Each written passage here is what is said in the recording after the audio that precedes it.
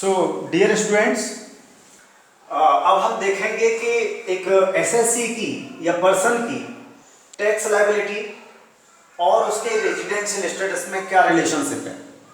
क्या एसएससी का residential status उसकी टैक्स लायबिलिटी को इन्फ्लुएंस करता है, प्रभावित करता है? हाँ, आप देखिए कि आदमी का जो रेजिडेंशियल स्टेटस है या कहें कि एसएससी का जो रेजिडेंशियल स्टेटस है उसके मुताबिक उसकी टोटल इनकम हम कंप्यूट करते हैं। अगर वो रेजिडेंट है तो उसकी जितनी भी इंडिया से इंडियन इनकम है और फॉरेन इनकम है वो सब जो है टोटल इनकम में ऐड कर ली जाएंगे। और अगर वो नॉन रेजिडेंट है तो इंडियन इनकम पे तो उसे टैक्स देना पड़ेगा, इंडियन इनकम पे तो टैक्स देना पड़ेगा, लेकिन नॉन रेजिडेंट को फॉरेन इनकम पे कोई टैक्स नहीं देना। ठीक है, तो इस लिहाज से आप समझ गए कि आदमी का रेजिडेंशियल स्टेटस डिटरमाइन करना बहुत जरूरी है। आदमी का क्या, पर्सन का, जिसमें क्या आप एचयूएफ, फर्म, कंपनी है, सारी तरह के जो भी डिफरेंट फॉर्म्स हैं एसएससी के, है ना, वो सब आ जाएंगे। तो रेजिडेंशियल स्टेटस बदलने से आपने देखा कि उसकी टोटल इनकम की कैलकुलेशन बदल गई और उसकी टैक्स लायबिलिटी भी बदल जाएगी। इसलिए उसका रेजिडेंशियल स्टेटस डिटरमाइन करना बहुत जरूरी है। आदमी रेजिडेंट है तो दोनों इनकम पे, चाहे इंडियन इनकम है या फॉरेन इनकम है, दोनों पे, दोनों टोटल इनकम में ऐड हो जाएगा और टैक्स देना पड़ेगा, है ना। नॉन रेजिडेंट के केस में सिर्फ इंडियन के इनकम पे वो टैक्स देगा और फॉरेन इनकम पे टैक्स नहीं देना।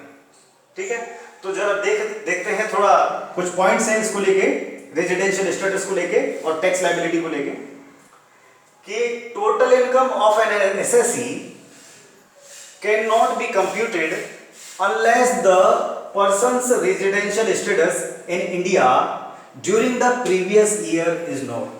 जब तक कि हमें पर्सन का प्रीवियस ईयर में रेजिडेंशियल स्टेटस ना पता चल जाए तब तक हम उसकी टोटल इनकम कंप्यूट नहीं कर सकते।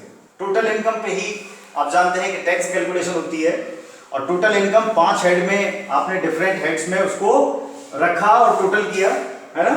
पहला इनकम फ्रॉम सैलरी, दूसरा इनकम फ्रॉम हाउस प्रॉपर्टी, तीसरा आपका था इनकम या प्रॉफिट और गेन फ्रॉम बिजनेस और प्रोफेशन, चौथा हेड था आपका कैपिटल गेन, और पांचवा हेड आपने रखा ऐसी इनकम्स के लिए जो कि इन चारों में से किसी में नहीं आती है। तो पांचवा हेड क्या था, अदर सोर्सेज। तो पांचों हेड्स में उसकी इनकम को आपने कंप्यूट करना है, और जब कंप्यूट करें तो उसका रेजिडेंशियल स्टेटस पहले जाने। ठीक है, ये क्लियर हो गया। और प्रीवियस ईयर के लिए ये रेजिडेंशियल स्टेटस डिटरमाइन करना है, असेसमेंट ईयर के लिए नहीं, है ना, क्योंकि हम टैक्स लायबिलिटी जो कैलकुलेट कर रहे हैं वो प्रीवियस ईयर की इनकम पे कर रहे हैं। तो प्रीवियस ईयर में उसका रेजिडेंशियल स्टेटस हमें जानना होगा, तभी हम उसकी टोटल इनकम और टैक्स लायबिलिटी कैलकुलेट कर पाएंगे। ठीक, तो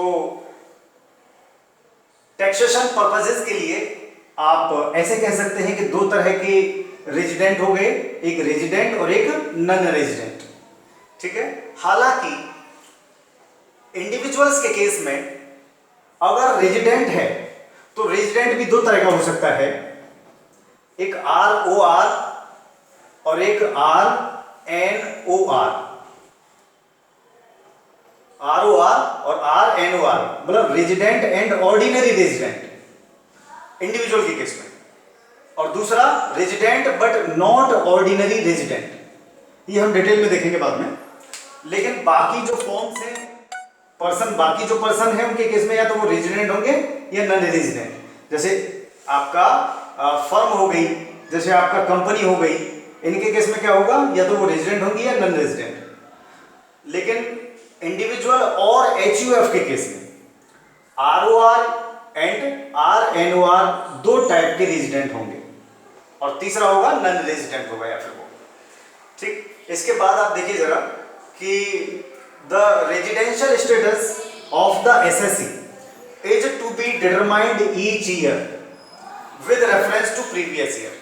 प्रीवियस ईयर के लिहाज से या प्रीवियस ईयर को ध्यान में रखते हुए प्रीवियस ईयर के लिए हर एसएससी का हर साल रेजिडेंशियल स्टेटस आपको जानना है, क्योंकि residential status of the SSC में change from year to year.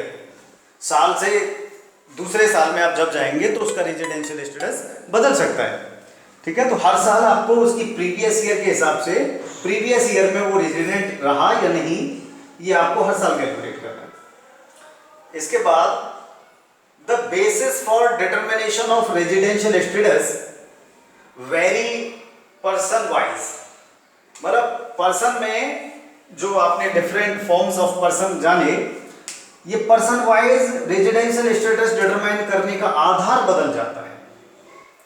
The basis for determination of residential status very, बदल जाता है पर्सन वाइज। जैसे for individuals and HUF it depends upon the stay in India. अगर आप individuals का या HUF का रेजिडेंशियल स्टेटस जानना चाहते हैं तो इसका आधार क्या है कि वो पिछले साल इंडिया में रहा, कितने दिन रहा, रहने के आधार पे जो है, स्टे के आधार पे इंडिया में कितने दिन स्टे किया, उसके आधार पे उसके रेजिडेंशियल स्टेटस इंडिविजुअल और HUF का जाना जाएगा। जबकि कॉर्पोरेट्स के केस में, for corporate it is determined on the basis of control and management of its affairs situated in India और नॉट।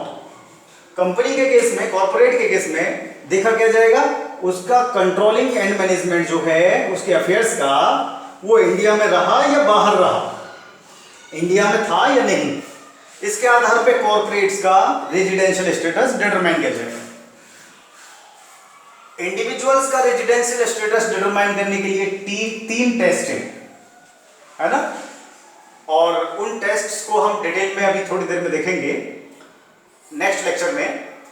जबकि HUF, कॉर्पोरेट, फॉर्म, इन सब के लिए जो टेस्ट हैं वो दो टेस्ट हैं बस, ठीक है। तो ये क्लियर हो गया कि रेजिडेंशियल स्टेटस जब तक हम नहीं जान लेंगे एसएससी का प्रीवियस ईयर के लिए, तब तक उसकी टोटल इनकम और टैक्स लायबिलिटी का कैलकुलेशन करना पॉसिबल नहीं, ठीक है। और रेजिडेंशियल स्टेटस बदलने से ही, क्योंकि उसकी टैक्स लायबिलिटी या टोटल इनकम का जो स्कोप है वो बदल जाता है, इसलिए हम उसका रेजिडेंशियल स्टेटस पहले जानेंगे, उसके बाद उसकी टोटल इनकम और टैक्स लायबिलिटी का कैलकुलेशन किया जाएगा।